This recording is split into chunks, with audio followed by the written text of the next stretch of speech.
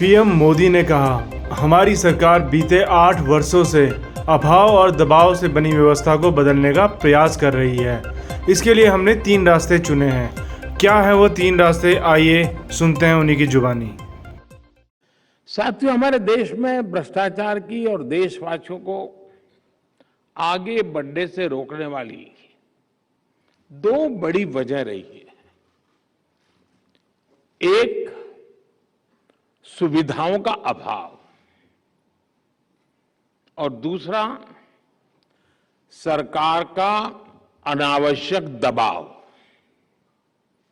लंबे समय तक हमारे यहां सुविधाओं का, अवसरों का अभाव बनाए रखा गया। एक गैप, एक खाई बढ़ने दी गई। इससे एक अस्वस्थ स्पर्धा शुरू हुई, जिसमें किसी भी लाभ को, किसी भी सुविधा को दूसरे से पहले पाने की होड़ लग गई। इस होड़ ने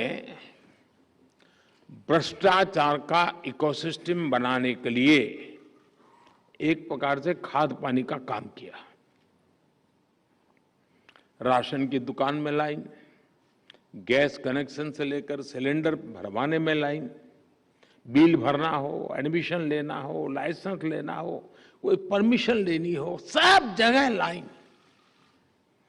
ये लाइन जितनी लंबी, भ्रष्टाचार की जमीन उतनी ही समृद्ध।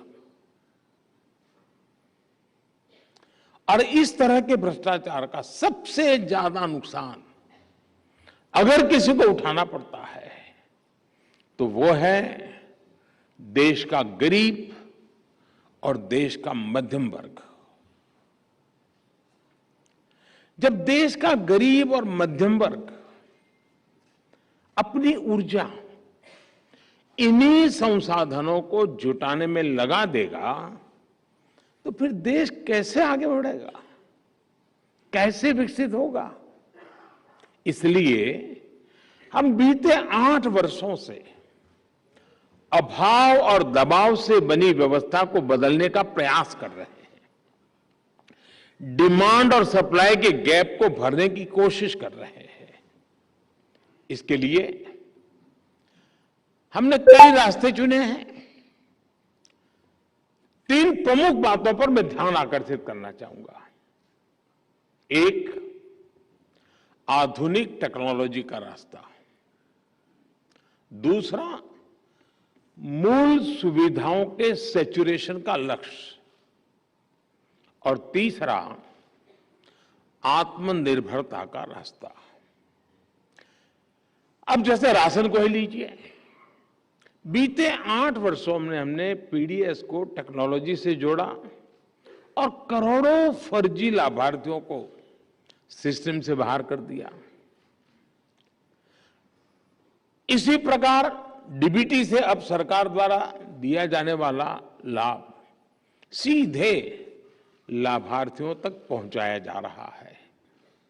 इस एक कदम से ही अभी तक 2 लाख करोड़ रुपए से अधिक गलत हाथों में जाने से बचा है। 2 लाख करोड़ रुपया। कैश आधारित अर्थव्यवस्था में घुसखोरी, कालाधन, ये डिटेक्ट करना कितना मुश्किल है, ये हम सब जानते हैं। अब डिजिटल व्यवस्था में लेन देन का पूरा ब्यौरा कहीं ज्यादा आसानी से उपलब्ध हो रहा है। Government e market place, jam जैसी व्यवस्था, सरकारी खरीद में कितनी पारदर्शिता आई है, ये जो भी इसके साथ जुड़ रहे हैं उसका महत्व समझ रहे हैं, वो अनुभव कर रहे हैं।